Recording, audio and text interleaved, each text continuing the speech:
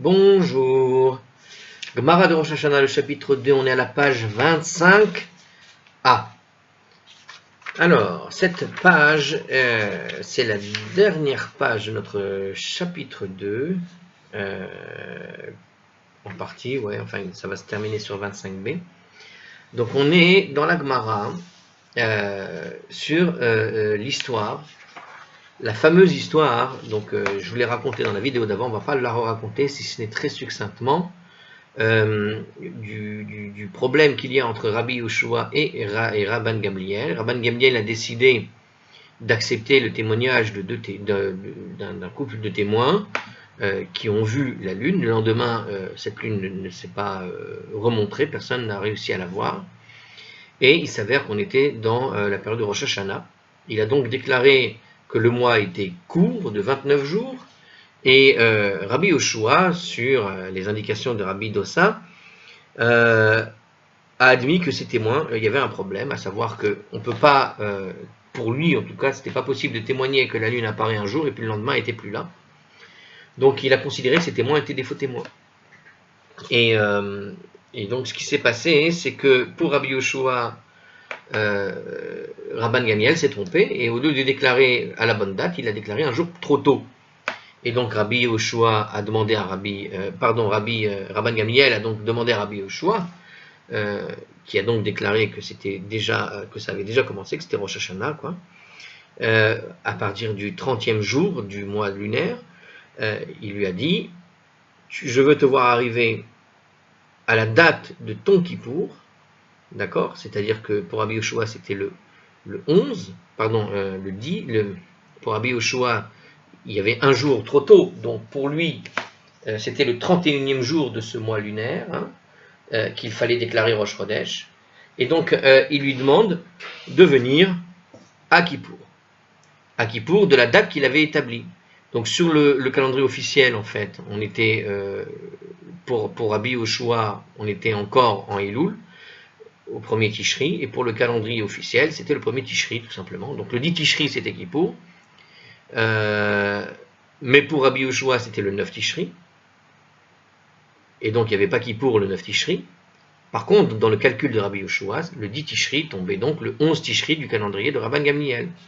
Et Rabban Gamliel lui a donc dit de venir avec une canne et de l'argent, et son argent, le 11 Tishri, qui correspondait donc dans le calendrier officiel, qui correspondait en fait à au 10 Tishri qu'avait calculé Rabbi Yoshua. Et comme il était le Av Beddin, c'était une décision pénible, difficile, donc on est allé le convaincre. Finalement, bon, tout s'est terminé très bien, puisque finalement il est venu. Bon. Et Rabban Gamliel lui a fait un bisou sur la tête pour le remercier d'être venu en paix en tant que maître et disciple, maître en sagesse et disciple, par rapport au fait qu'il a finalement accepté que le calendrier officiel qui avait été établi par lui-même. Bien, alors l'Agmara. Ça c'est un petit résumé. Hein. Donc l'Agmara n'est jamais petit, regardez, 3 minutes. Alors l'Agmara rapporte une braïta. Tanya. Il a été enseigné dans une braïta Amar Lahem Rabban Gamliel la Chachamim. Rabban Gamliel a dit aux sages. Donc on a encore une histoire qui va nous raconter un peu l'ambiance du tribunal apparemment. Rabban Gamliel a donc dit aux sages. Alors justement, il y avait cette question, mais pourquoi Rabban Gamliel a accepté ces témoins-là? Car Mekubalani Mibet Avi Abba. C'est ainsi que j'ai reçu par tradition orale de la maison du père de mon père. Alors, qu'est-ce qu'il veut dire par là? Un petit commentaire. Alors, il s'agit de Rabban Gamliel de Yavne, dont le père du père était Rabban Gamliel, l'ancien, le fils de Hillel. Donc, on est dans une génération de Nassi, une génération de chefs de tribunaux, et donc on est sur des pointures, hein, une famille de pointures, à savoir que depuis même avant la destruction du temple, en réalité, le petit-fils de Hillel, Rabban Gamliel l'ancien, ça veut dire on parle de la période avant la destruction du temple. Donc il dit j'ai reçu par tradition orale de la maison du père de mon père. Paramim Sheba Ba'aruka ou Paramim Sheba Biktsara, quelquefois elle vient par une longue route et quelquefois elle vient par une courte route. Donc il s'avère que des fois la lune, bon, elle apparaît très proche de l'horizon en gros, et des fois elle apparaît plus bas de l'horizon par une longue route, et donc elle peut rester à côté de l'horizon. Donc il y a voilà, il y a une tradition de comment la Lune peut marcher. Apparemment, cette braïta ici nous explique finalement la chose. Cette braïta vient expliquer la raison pour laquelle Rabban Gamliel a accepté les témoins rejetés par Rabbi Yochanan ben Nori. Rabban Gamliel nous explique donc que la vitesse de la Lune sur sa trajectoire n'est pas constante en fait. Donc, dans la plupart des cas, il s'écoule effectivement 24 heures entre le moment où la vieille Lune disparaît et celui de la nouvelle Lune devient visible. C'est-à-dire qu'elle s'éloigne suffisamment de l'axe joignant de la Terre au Soleil pour pouvoir être visible de nouveau. Ah ben voilà, c'est ça. Alors d'accord, donc je vais demander dans ma vidéo d'avant, si il n'y avait pas un astronome qui pourrait me confirmer ça, que est-ce que c'est vraiment impossible cette histoire de 24 heures ou pas, est-ce qu'il n'y a pas des cas particuliers? Eh bien regardez ce qu'il dit ici, il dit qu'il y a apparemment des cas où en fait il est en train de décrire, vous savez ce qu'il est en train de décrire? Il est en train de décrire ce qu'on appelle une trajectoire elliptique. C'est-à-dire que ce n'est pas un cercle parfait qui fait qu'elle tourne la Lune, hein. C'est elliptique. Donc il peut arriver que des fois, on se trouve dans la partie de l'elliptique qui est la plus proche de la Terre, et donc d'un point de vue de la vitesse, ça risque d'aller plus vite que dans la partie qui est la plus éloignée de la Terre. Ouais, alors des fois quand la Terre elle tourne et que arrive le moment donc du molad, elle peut arriver dans sa partie elliptique la plus proche ou dans sa partie elliptique la plus éloignée. Donc apparemment ça, voilà, ça donne une sorte de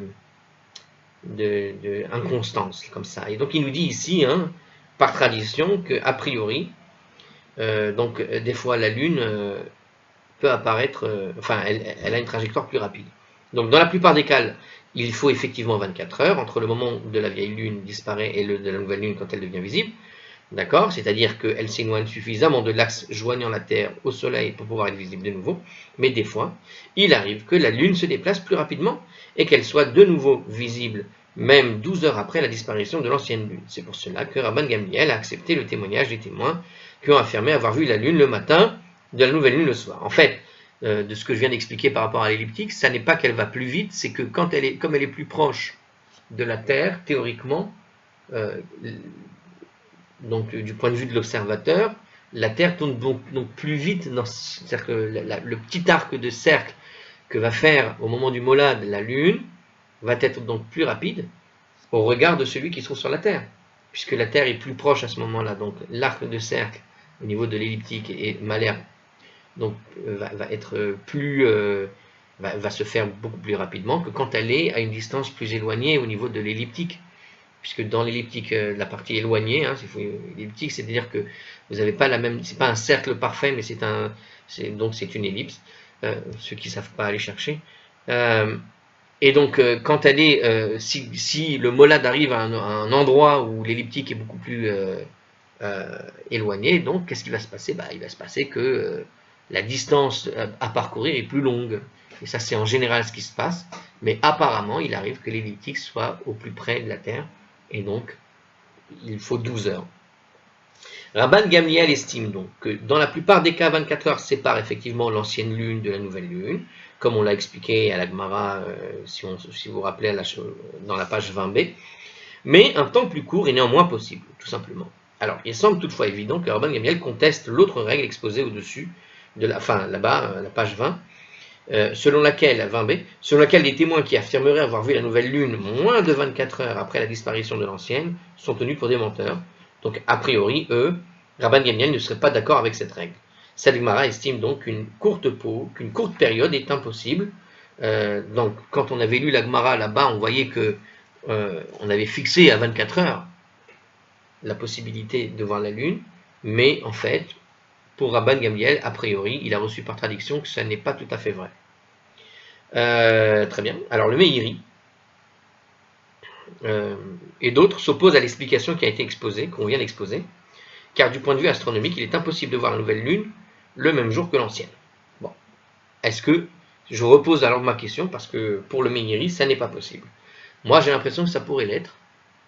Je sais pas, si on considère une trajectoire elliptique, si on peut considérer même, je sais pas, on a découvert récemment, finalement, il y a beaucoup d'astéroïdes qui passent dans les alentours de la Terre, et donc on peut imaginer même si elles n'atterrissent pas sur Terre, qu'il peut y avoir une influence sur la gravité de la Lune, c'est-à-dire que qu'on va dire que la trajectoire est gênée, puis elle retrouve son point de, son point d'origine. C'est-à-dire que la trajectoire de la Lune pourrait très bien être pris dans le champ gravitationnel, que le champ gravitationnel d'un astre vient gêner cette trajectoire et au fond vient troubler enfin simplement troubler, hein. Et puis après elle revient sur sa trajectoire. Mais est-ce que la masse d'un astéroïde en général, enfin de ce genre d'astéroïde qui traverse régulièrement cet espace, peut gêner véritablement? Ça c'est vraiment... Bon, on est dans l'astronomie pure. À l'époque, aujourd'hui, pour vérifier ces choses-là, vous faites ça sur un computer, dans un ordinateur avec des programmes très perfectionnés qui permettent de vérifier les trajectoires, le moment, quand est-ce que ça va revenir, etc. Il y aurait moyen de faire des trajectoires pour voir qui a raison, qui a tort. Alors, le Meiri et d'autres s'opposent à l'explication. Donc, en tout cas, le Meiri et beaucoup d'autres s'opposent à ça, parce qu'ils disent que d'un point de vue de l'astronomie, c'est juste pas possible. Bon. Alors, c'est pourquoi le Meiri propose une autre explication de cette acceptation de Ramban Gamliel, de ces deux témoins. Alors, il est en effet impossible que les témoins aient pu voir la vieille lune le matin et la nouvelle lune le soir. Toutefois, le Beddin ne tient pas compte de leur témoignage sur la nouvelle lune. Mais quand ils disent avoir vu l'ancienne le matin, cette affirmation ne concerne pas la sanctification du mois et il n'y a pas lieu d'en tenir compte. Donc en fait, ce qu'il dit ici, c'est que quand quelqu'un vient te dire qu'il a vu la nouvelle lune, il ne tient pas compte de ce qu'il a pu voir avant. Si tu viens m'affirmer que tu as vu l'ancienne lune à telle heure, ce qui m'intéresse, c'est plutôt ce que tu as vu au niveau de la nouvelle lune. Et on supposera qu'il a peut-être vu un nuage ou quoi que ce soit, qu'il arrive quand il a vu l'ancienne lune. Ce qui nous intéresse, c'est cette nouvelle lune qu'il a vue. Donc il tient compte que de la nouvelle lune. Donc c'est comme ça qu'il témoignait avoir vu la nouvelle lune et qu'il témoignait aussi avoir vu un bateau en fer volant. C'est comme s'il témoignait avoir vu la nouvelle lune et qu'il témoignait aussi avoir vu un bateau en fer volant après la lune dans le ciel. Ou même si à la fin de leur témoignage était recevable, à leur époque, parce qu'aujourd'hui il y a des avions, et qu'on ne lui accorde aucune importance, leur témoignage sur la nouvelle lune reste néanmoins valable. Ça veut dire que quand quelqu'un va témoigner quelque chose de vraisemblable, quelque chose de complètement irrationnel, nous ce qui nous intéresse c'est la partie vraisemblable. Le reste, s'il a vu un ovni, c'est son problème. Alors par conséquent, quand Rabban Gamliel dit dans la Braïta que le mouvement de la lune est irrégulier, cela ne vient pas expliquer la Mishnah, mais constitue un enseignement indépendant sur le cycle complet de la lune. Il veut faire dire que la durée du cycle lunaire n'est pas constante. Quelquefois la trajectoire de la lune est longue et quelquefois elle est plus courte, tout simplement.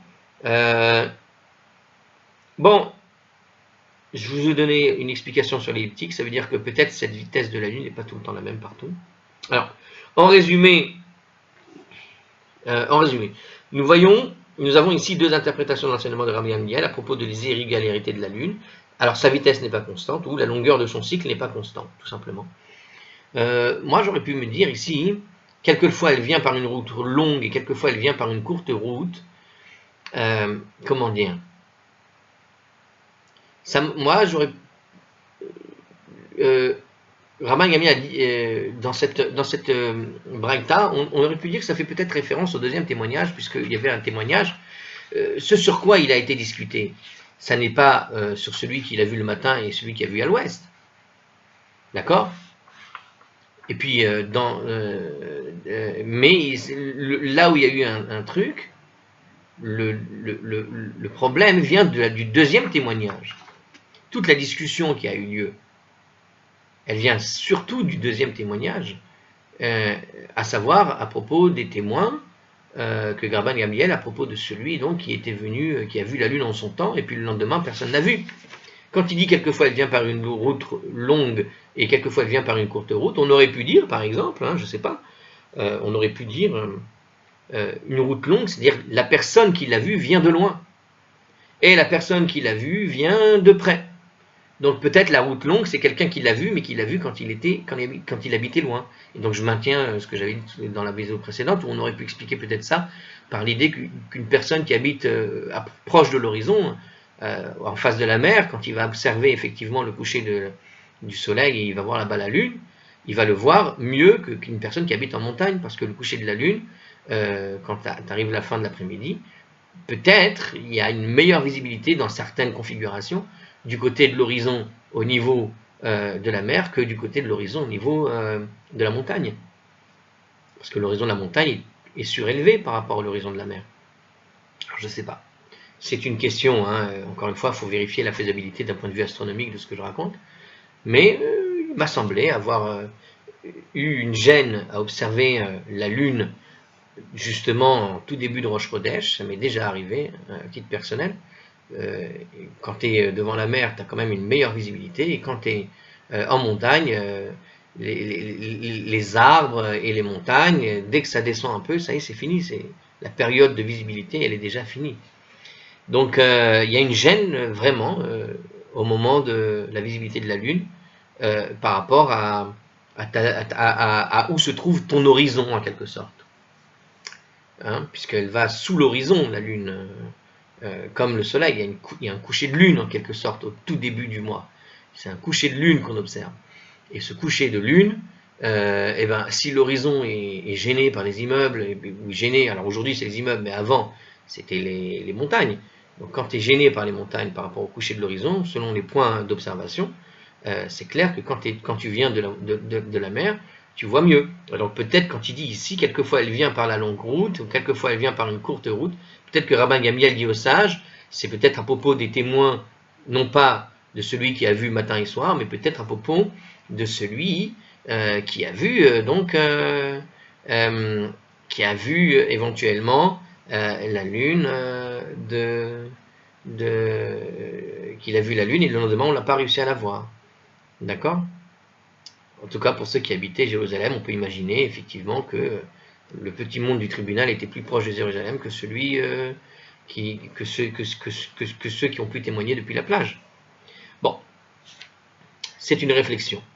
Mais la suite de la Gemara nous donne aucun doute sur finalement ce que nous a donné comme commentaire ici. Regardez ce que dit le commentaire de la Gemara.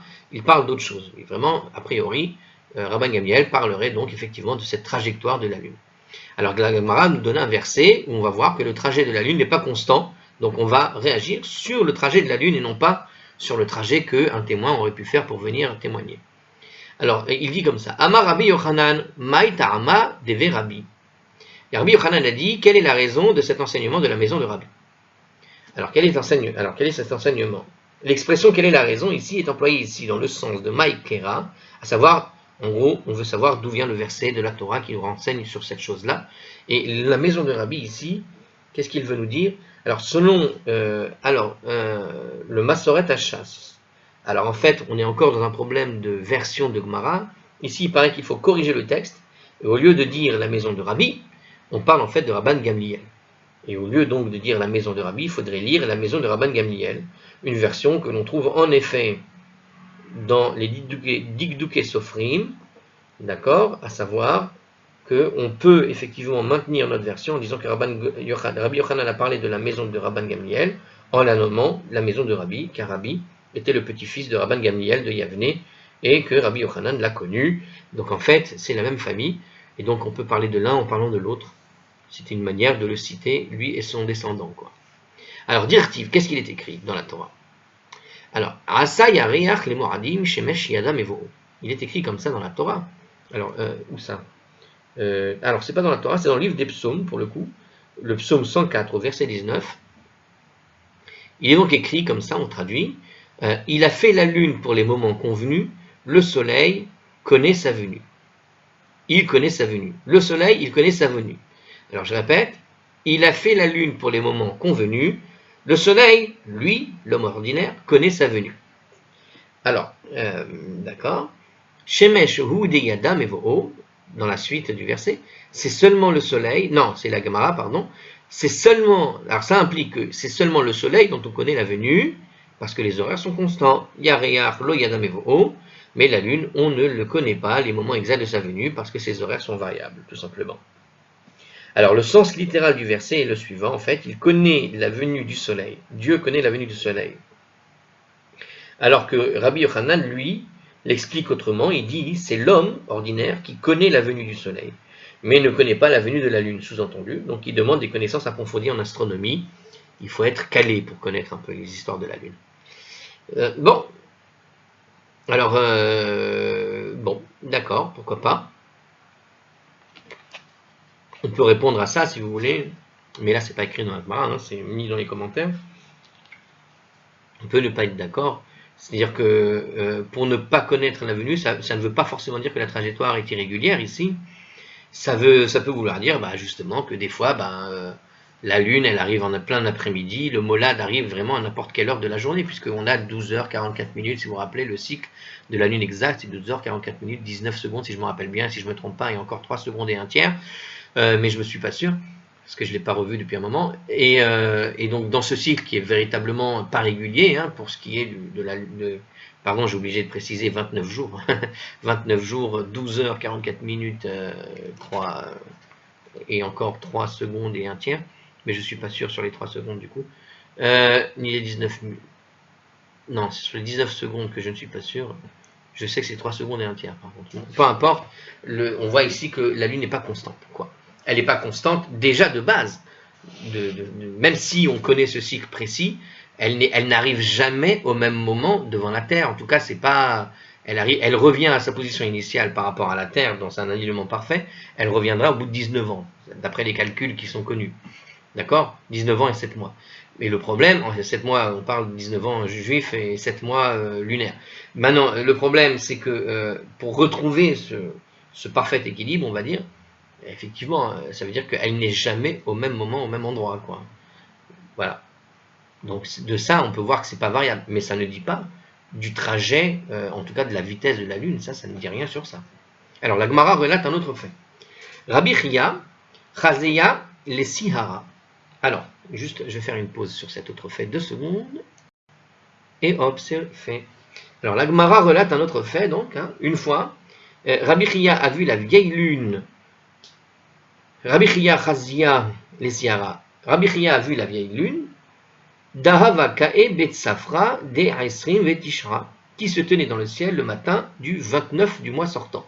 Donc il a vu, effectivement, le matin, la vieille Lune. Donc il a bien vu, effectivement, comme on avait expliqué par rapport au cycle de la Lune, il arrive donc que cette Lune apparaît très tôt le matin, quand on est dans la partie vieille Lune. C'est-à-dire juste avant qu'il arrive au molad, à la conjonction. Shakal Kala Patak B. Il a pris une motte de terre, et il l'a jetée vers la Lune en signe de remontrance. Donc il a pris une motte de terre et il l'a jetée vers la Lune. Donc bon.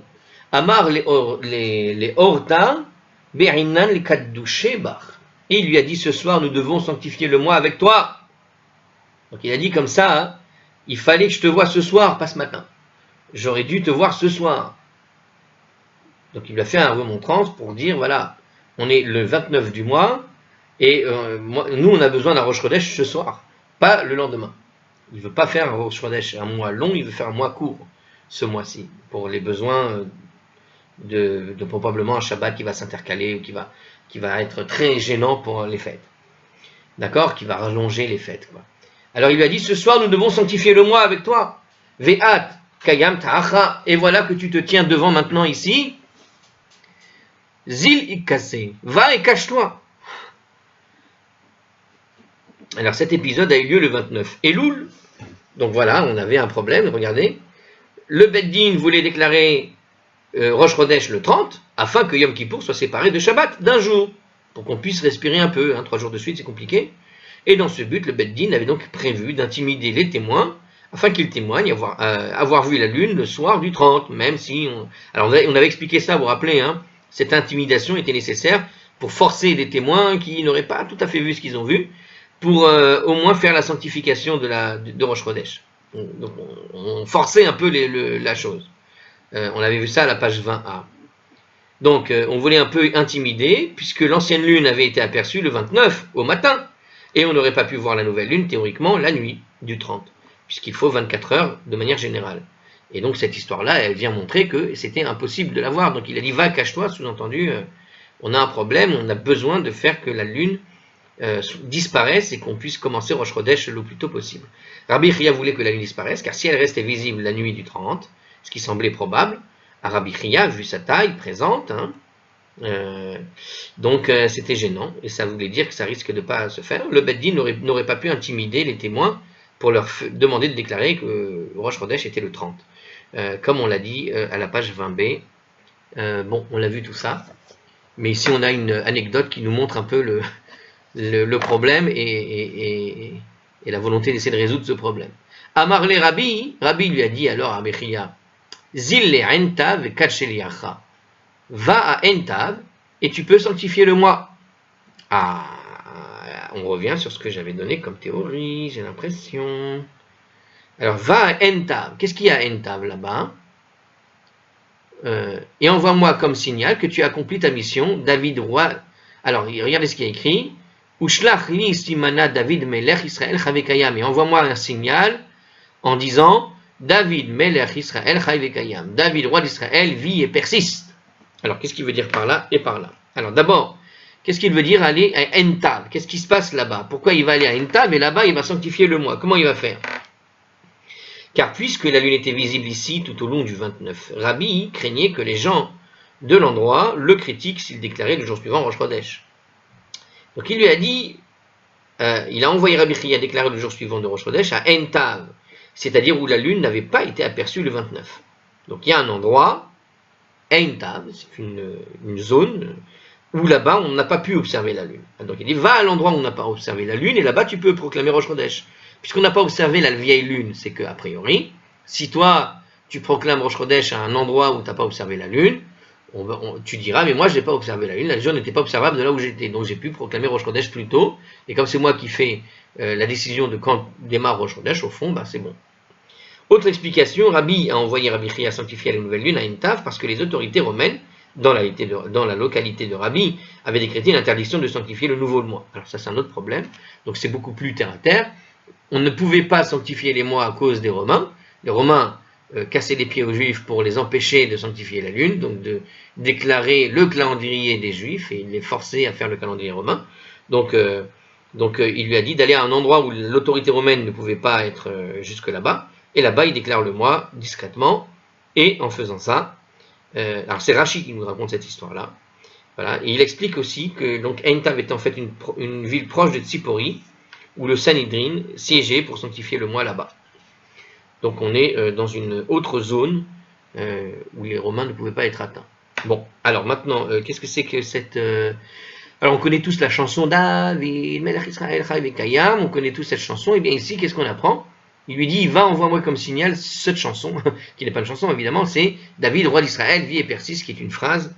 Alors qu'est-ce que c'est que des psaumes, hein?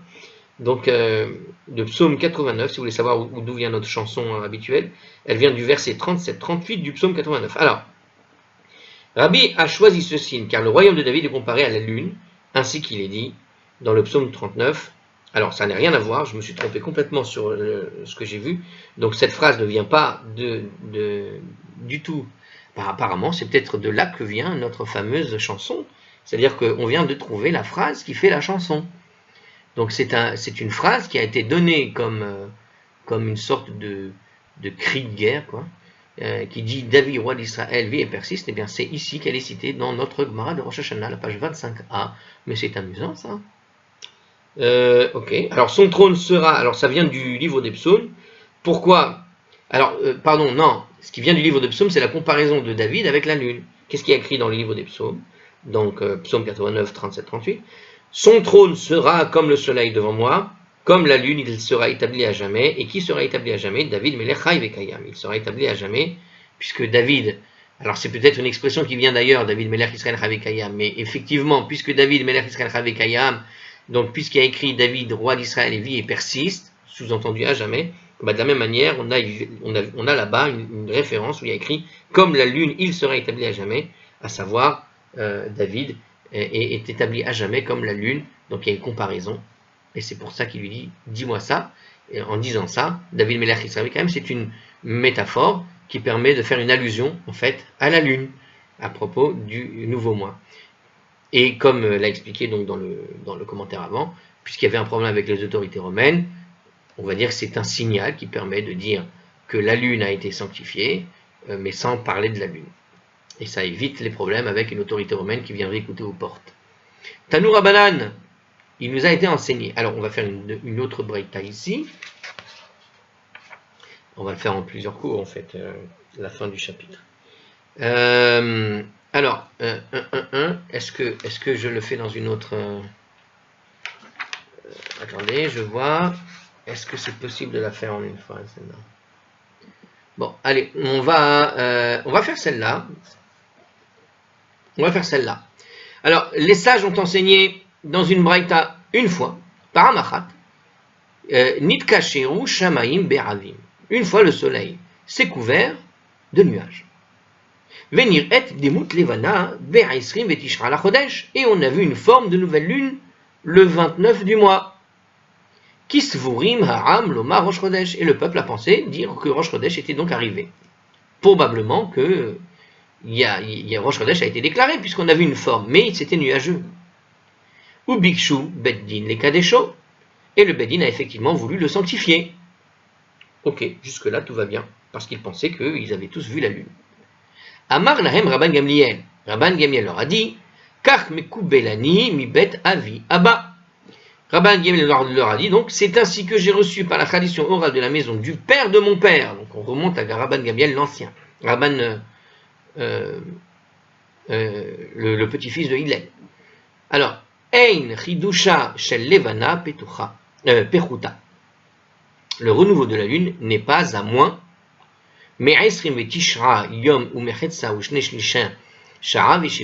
Alors on va le faire plutôt en français, je répète. Donc le renouveau de la lune n'est pas à moins de 29 jours et demi et 2 tiers d'heure et 73 chalakim du précédent renouveau. Donc en fait, ce que connaissait il y a 2200 ans, Rabban Gamliel connaissait de tradition depuis 200 ans avant lui, quoi. Il connaissait en fait le calcul des 29 jours et demi, 2 tiers d'heure et 73 chalakim, les 73 parties. Donc qui était une manière ancienne de calculer avec précision le renouveau de la lune de façon sûre et certaine par le calcul astronomique pour le coup. On va faire un petit rappel. Cet intervalle de temps ne s'était pas écoulé. Alors cet intervalle de temps ne s'était pas encore écoulé depuis le précédent Molad. Il n'était donc pas possible que l'apparence de la lune observée, le 29, fût la nouvelle lune, tout simplement. Alors Rabban Gamliel a dit pas moins de, c'est-à-dire qu'il voulait souligner, dans ce contexte, on ne doit pas déduire que l'intervalle de temps entre les deux molades peut être plus long. En réalité, ce qu'il voulait dire, c'est ni plus ni moins qu'en fait, 29 jours, 12 heures et 793 halakim, 2 tiers d'heure et 73 halakim correspondant à 700, etc. Bon, on avait expliqué tout ça, hein, c'est ce que je vous ai donné comme temps, n'est que la durée moyenne d'une période lunaire, ce qui peut être plus longue ou plus courte. Donc on peut avoir plus long, mais on ne peut pas être plus court. Ok? Comme avait dit Rabban Gamliel.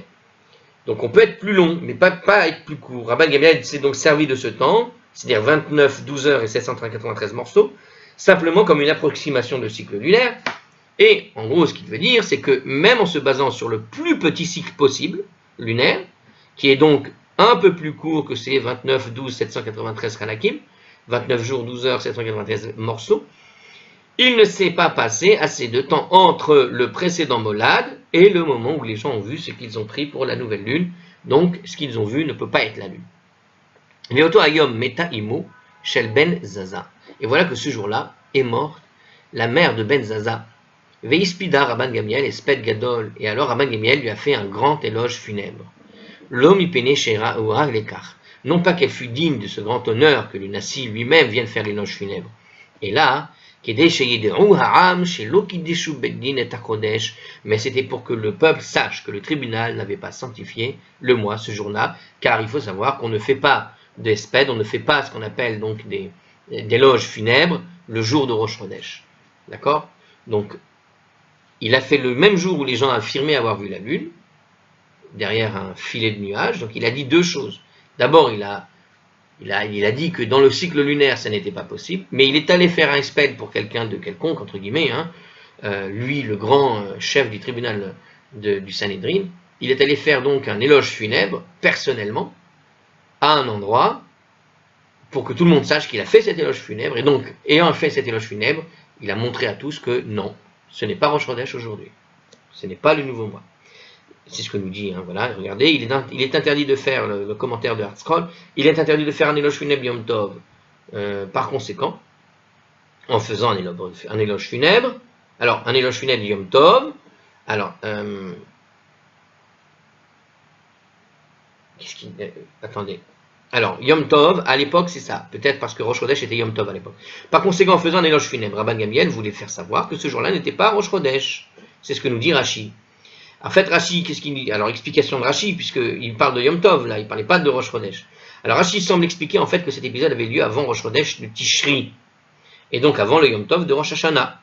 On ne comprend toutefois pas pourquoi Rashi n'a pas expliqué que c'était le jour de Rosh Chodesh ordinaire, puisqu'on sait que c'est interdit de faire l'éloge funèbre à Rosh Chodesh. Donc voilà, moi je vous ai dit, c'est interdit de faire Rosh Chodesh des éloges funèbres, mais Rashi te dit du Yom Tov, donc on ne comprend pas pourquoi il a fait ça, si ce n'est pour montrer que c'était en fait Rosh Hashanah, mais il aurait pu se contenter de parler de Rosh Chodesh simple. Donc cette année-là, c'était Rosh Hashanah, alors on va essayer de comprendre nous-mêmes pourquoi est-ce que c'était important ici, ce cas-là particulier.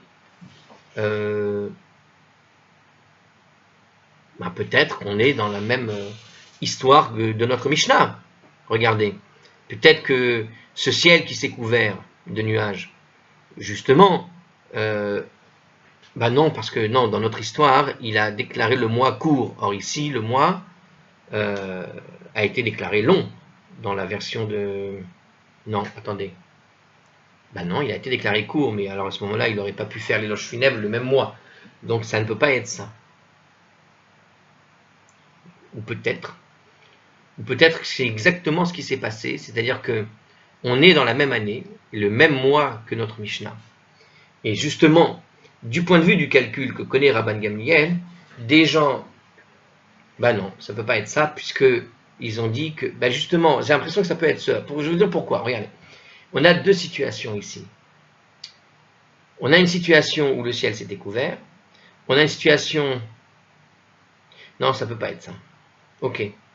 Logiquement, ça ne peut pas être ça, puisqu'il a fait l'éloge funèbre le jour où tout le monde aurait pu penser que c'était Rosh Chodesh. Mais comme il a affirmé, c'est pour ça que j'hésite, je vous explique pourquoi j'hésite, comme il a affirmé que par le calcul, c'était pas encore Rosh Chodesh, donc on était en fait pas encore au 29e jour même, j'ai envie de te dire. Et quand le 29e jour est venu, c'est-à-dire après ce cycle qui a été déclaré, des gens ont effectivement vu la lune dans un ciel qui n'était pas couvert, mais comme on est dans une période où le ciel est couvert, le lendemain, ce ciel s'est recouvert. Donc on peut imaginer une situation comme celle-là. Bon, je ne peux pas répondre. Bon, je ne sais pas. En tout cas, pour Rashi, puisque Rashi parle d'un Yom Tov et qu'il veut pointer Rosh Hashanah, il semble dire que peut-être l'histoire est reliée à notre histoire principale. Mais à ce moment-là, pourquoi il a fait une éloge funèbre à ce moment-là? Donc c'est pour dire qu'il n'avait pas sanctifié ce mois ce jour-là. Donc on était dans un mois de 31 jours et pas de 30 jours. Mais encore une fois, il a dit que le nombre de cycles n'était pas atteint, ce qui voulait dire qu'on n'aurait pas pu être le 29e jour non plus, puisqu'on n'avait pas fini ce cycle. Mais je ne sais pas. J'ai tenté de comprendre ce que voulait dire Rashi, pourquoi il a fait l'éloge, pourquoi il parle de Yom Tov et non pas de Rosh Chodesh. Alors je vous dis à la prochaine pour finir véritablement cette Mishnah et le chapitre 2.